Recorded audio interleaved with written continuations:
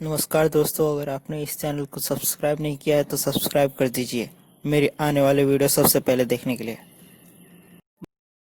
जैसा कि आप सब जानते हो, बहुत समय से लद्दाख के एलएसी के पास भारतीय और चीनी सैनिक स्टैंड अप पे हैं। तब से दोनों देशों के बीच बहुत तनाव वाले हालात हैं।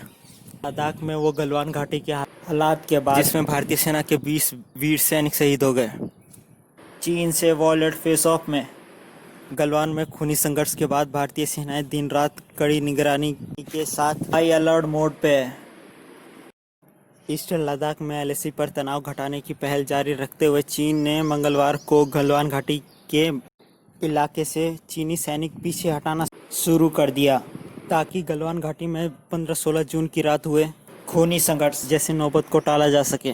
भारत के national security advisor Ajit Doval और चीन के फॉरेन मिनिस्टर वांग यी के बीच में सैनिकों को पीछे हटाने में बनी थी सहमति। रविवार को लंबी बातचीत के बाद सोमवार को चीनी सैनिक गलवान घाटी के पेट्रोलिंग पॉइंट 14 से पीछे हटे। 6 जून को कोर कमांडर की पहली बैठक में एलएसी पर विवाद का हल निकालने के लिए सहमति बनी, लेकिन गलवान वैली के हिंसक संघर्ष के बाद हालात ज्यादा गंभीर हो गए। सैनिकों के बीच पथराव हुआ, डंडों से एक दूसरे पर हमला किया गया। भारतीय जवानों की जवाबी कार्रवाई में चीन के भी सैनिक मारे गए। चीन के अखबार द ग्लोबल टाइम्स ने चीन के विदेश मंत्रालय के हवाले से बताया कि बॉर्डर पर दोनों देशों के बीच रजामंदी बनी थी, लेकिन भारतीय जवानों ने इसे तोड़कर बॉर्डर क्रॉस किया।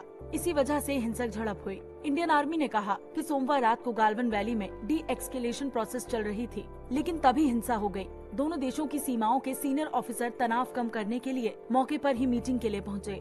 रक्षा मंत्री राजनाथ सिंह ने भी chief of defence staff general Bipin Rawat, तीनों सेनाओं के चीफ और विदेश मंत्री एस जयशंकर के साथ मीटिंग की।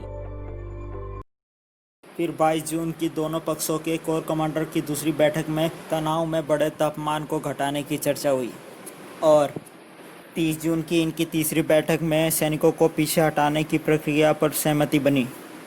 अजीत डोभाल और वांग यी इस पर इनकी आखिरी सहमति बनने के बाद दोनों देशों ने अपने सैनिकों को पीछे हटाने का सिलसिला शुरू किया।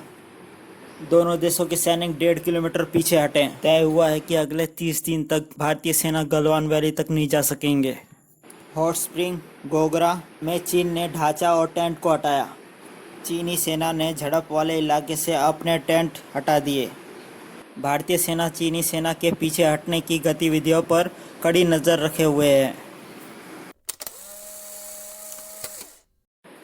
भारत जो चीन के साथ सीमा साझा करता है उसे एलएसी बोलते हैं, लाइन ऑफ एक्चुअल कंट्रोल, जो लद्दाख, हिमाचल प्रदेश, उत्तराखंड, सिक्किम, अरुणाचल प्रदेश राज्यों से लगती है और यह पूरी एलएसी की सीमा 4056 किलोमीटर की रेखा है। अब सवाल उठता है कि भारतीय इलाके में चीन की सेना के साथ स्टैंड अप और झड़प का क्या कारण था। सूत्रों की माने तो भारत और चीन के बीच 1962 में युद्ध हुआ। उसमें चीन गलवान वैली तक का इलाका कब्जा लिया। 1962 का इंडो चाइना वॉर 28 अक्टूबर से 21 नवंबर तक चला।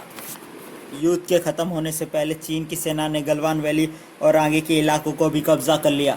चीन की सेना युद्ध के ख़त्म होने से पहले यहाँ तक पहुँच गई थी, but somehow India manage to control Galwan valley और चीन की सेना को गलवान वैली से पीछे भेजने में भी कामयाब हो गई थी।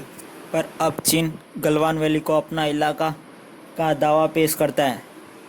दूसरा कारण, बहुत सारी रिपोर्ट्स और कुछ एक्सपर्ट्स की माने तो भारत एलएसी के पास काफ़ी समय से सैन्य निर्माण कर रहा है। जैसे भारत दौलत बेग ओल्डी को दरबुक से जोड़ने के लिए एलएसी के पास दरबुक श्योक दौलत बेग ओल्डी डीएसडीबीओ रोड का निर्माण कर रहा है, जो कि भारत को स्ट्रेटेजिकली मजबूत करता है। चीन नहीं चाहता कि भारत यह रोड का निर्माण करे, क्योंकि इससे भारत को एलएसी के पास स्थिति मजबूत होगी। दोनों देशों के बीच हालात नॉर्मल बनाने के लिए बहुत दिनों से बहुत बड़े पैमाने पर बातचीत चल रही है।